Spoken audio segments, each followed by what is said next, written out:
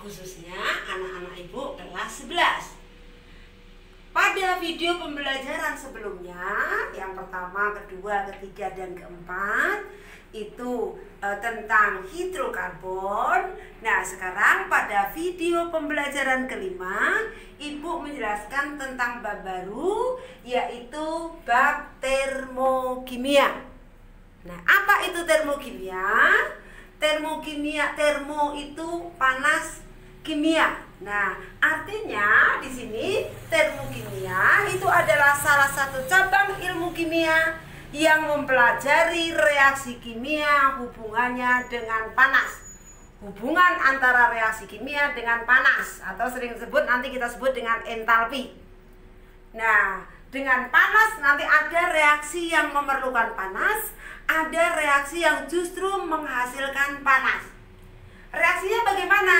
Nah, hubungan dengan panas tadi, maka reaksi dalam termokimia dibedakan menjadi dua.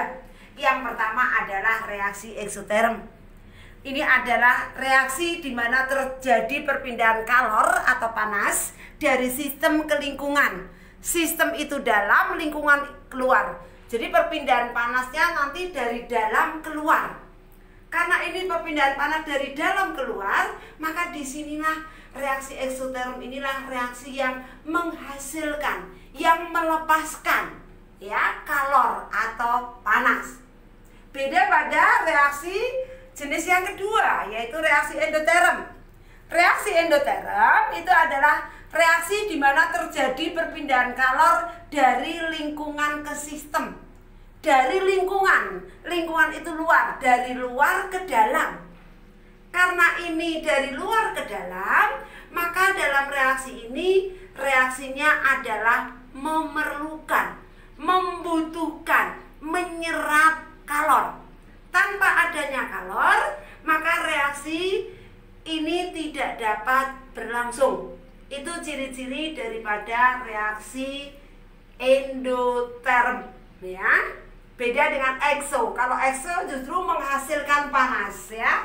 Justru menghasilkan panas. Kalau endoterm di sini tanpa adanya panas, reaksi tersebut itu sulit berlangsung, bahkan tidak bisa berlangsung. Ya. Sekarang ibu jelaskan satu persatu. Yang pertama itu tentang reaksi eksoterm. Seperti apa reaksi eksoterm itu dalam kehidupan sehari-hari? Reaksi eksoterm dalam kehidupan sehari-hari itu adalah pada reaksi pembakaran. Karena kalau pada pembakaran pasti menghasilkan panas. Misalnya bensin dibakar. Nah, lingkungan ini menjadi panas karena terjadi perpindahan dari dalam ke luar. Ya. Nah, itu semua reaksi pembakaran itu adalah menghasilkan, ya, menghasilkan panas. Nah, contohnya reaksi pembakaran itu kalian sudah belajar sebelumnya, ya, di kelas 10 juga, ya, reaksinya seperti apa. Nah, ini contoh untuk reaksi yang pertama, reaksi eksoterm, ya. Contohnya misalnya bensin. Bensin itu rumus kimianya C6H6. Dibakar. Pembakaran dalam reaksi kimia menggunakan oksigen. Pada reaksi hidrokarbon itu selalu menghasilkan karbon dioksida karena ini pembakarannya sempurna. Jadi C karbon ketemu oksigen CO2. H nanti ketemu O membentuk H2O. Baru kita samakan seperti biasa. Ya, C-nya di sini 6, sini 1, 6 kali. Di sini hanya 6 bagi 2 3. Oksigennya 6 kali 2 12 tambah 3 kali 1. 3. Jadi 12 tambah 3 15. 15 dibagi 2. Tulis saja di sini 15/2. Nah, ini adalah, nah ini plus di sini karena dia menghasilkan plus titik-titik kilojoule per mol. Ingat, dalam termokimia itu pembakaran, pelarutan dan sebagainya dalam per mol, tiap 1 mol. Nah, ini artinya menghasilkan. Karena zat hasil itu ada di kanan, nah itu kilojoule per mol boleh, kilokalori per mol boleh. Per mol itu menunjukkan bahwa dalam reaksinya itu dalam 1 mol. Nah, ini kalau kalornya ikut dalam reaksi, ya. Nah, panas yang dihasilkan ikut dalam reaksi. Bagaimana kalau penulisan panas itu lepas dari reaksinya? Nah, kalau lepas jadi seperti ini, reaksinya sama, itu kemudian yang pertama. Yang kedua, reaksinya sama ya. Cuma cara penulisannya nanti ya. Kalornya di sini kita lepas. Tidak ikut di dalam reaksi. Nah, kita tulis seperti perubahan. Kalau ini kalor ya. Ini delta H atau entalpi tadi, perubahan. Delta H ini kita baca perubahan kalor. Kalau ini kalornya ya. Karena ini plus, ini perubahan. Perubahan itu perubahan dari ini. Plus berubah menjadi apa? Minus. Nah, kilojoule per mol. Nah, jadi kalau ikut reaksi seperti ini, kalau lepas dari reaksi begini. Nah, jadi kalau ikut dalam reaksi itu plus, karena dia menghasilkan, kalau perubahannya delta H-nya nanti minus. Jadi kalau dalam reaksi termokimia menunjukkan delta H itu minus, kamu jangan ragu-ragu, itu adalah reaksi eksoterm. Karena panasnya berkurang, lepas dari dalam ke luar. Baiklah, kalau tadi sudah Ibu jelaskan bagaimana cara penulisan reaksi eksoterm ya. Jadi yang pasti itu reaksi eksoterm atau yang pasti itu reaksi yang menghasilkan panas itu adalah reaksi pembakaran. Nah, sekarang bagaimana kalau persamaan reaksinya kalian sudah tuliskan? Sekarang bagaimana menggambarkan diagramnya? Ya, diagram reaksinya bagaimana? Diagram termokimianya. Nah, ya, caranya seperti ini, ya. Diagramnya, ya. Nah, seperti ini, sangat sederhana, ya. Nah, ini delta H atau entalpinya. Nah, di sini ya. Nah, di sini karena eksoterm itu minus, nah, minus berarti kurang dari 0 ya, jadi ke bawah. Jadi pereaksinya kita tulis di atas. C6H6 plus 15/2O2 ke bawah. Kenapa ke bawah? Karena delta H-nya minus. Minus itu berarti kurang dari 0. Maka dalam diagramnya ke bawah. Nah, ini minus. Minus nanti berapa gitu ya? Kilojoule per mol. Per mol itu adalah menunjukkan bahwa dia dalam 1 mol. Hasilnya kita tulis di bawah. 6CO2 plus 3H2O. Nah, sangat mudah kan menuliskan diagram termokimia. Karena apa? Karena reaksi termokimianya sudah kalian tuliskan. Nah, sekarang reaksi termokimia yang kedua. Jadi reaksi endoterm. Yaitu tadi, apa reaksi endoterm? Reaksi endoterm itu adalah reaksi yang dimana terjadi perpindahan panas dari lingkungan ke sistem. Artinya perpindahan panasnya dari luar ke dalam. Artinya reaksi itu ya toh, cepat berlangsung bila di sana terjadi penambahan kalor atau panas. Nah, reaksi yang pasti reaksi endoterm itu reaksi yang bagaimana? Nah, yang pasti reaksi endoterm itu adalah reaksi penguraian. Karena kalian tahu bahwa reaksi penguraian itu adalah sulit. Ya. Kenapa? Karena kita mau menguraikan senyawa menjadi unsur-unsurnya. Ingat bahwa dalam pembentukan senyawa itu sifat unsurnya hilang. Dia menghasilkan senyawa dengan sifat yang berbeda. Itulah kimia, menghasilkan zat baru. Beda dengan fisika. Kalau fisika hanya fisik atau bentuknya saja, sifatnya masih sifat asalnya, hanya bersifat sementara. Kalau kimia itu bersifat kekal, ya. Nah, sekarang bagaimana itu reaksi endoterm? Nah, reaksi penguraian. Misalnya kita mau menguraikan, ya kan?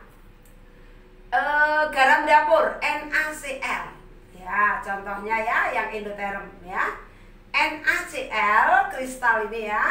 Kita uraikan ya. Bagaimana caranya? Karena dalam NaCl ini ada 2 unsur, kita pecah menjadi 2.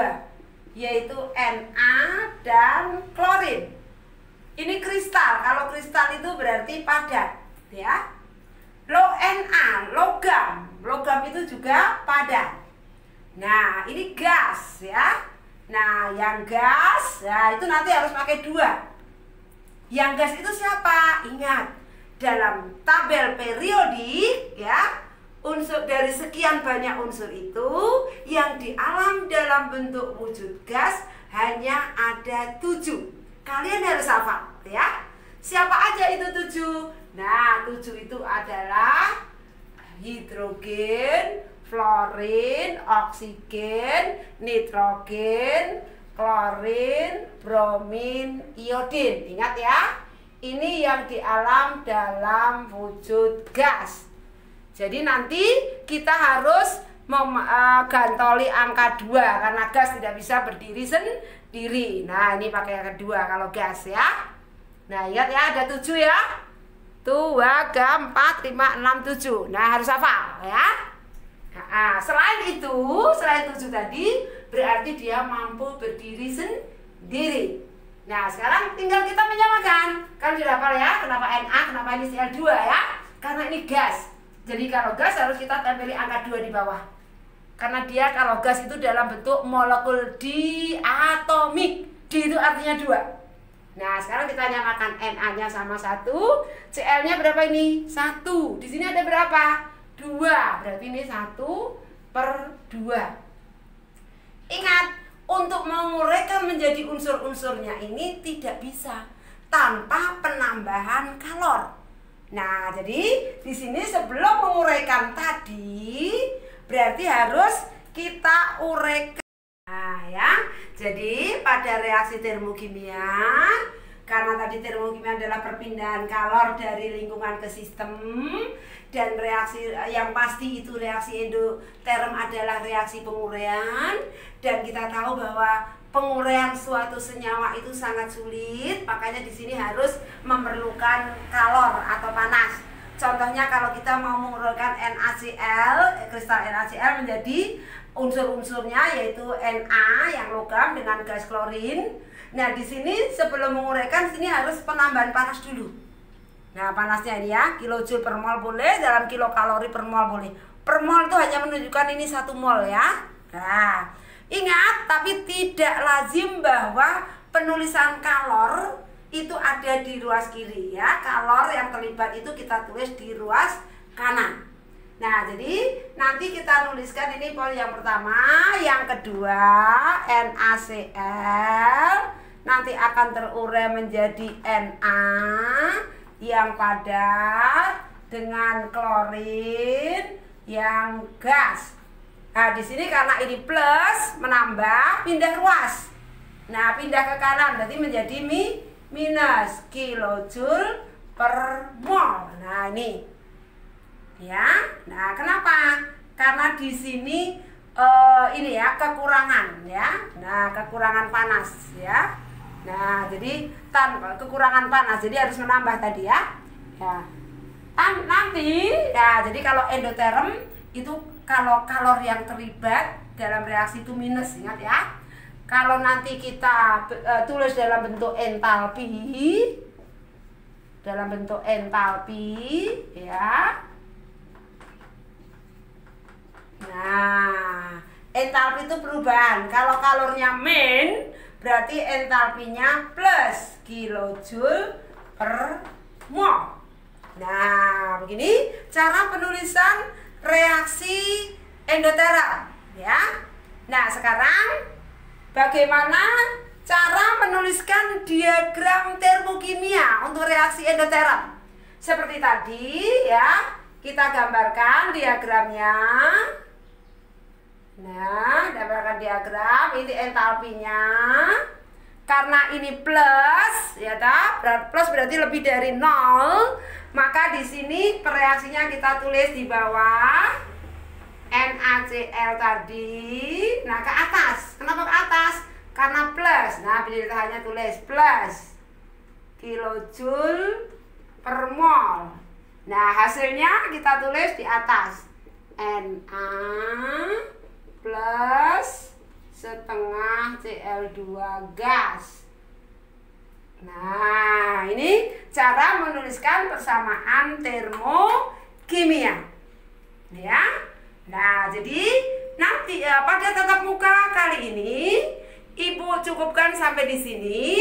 Nanti ya seperti biasa, seperti pada tatap muka sebelumnya, nanti pada pembelajaran ini kalian juga ada tugas ya.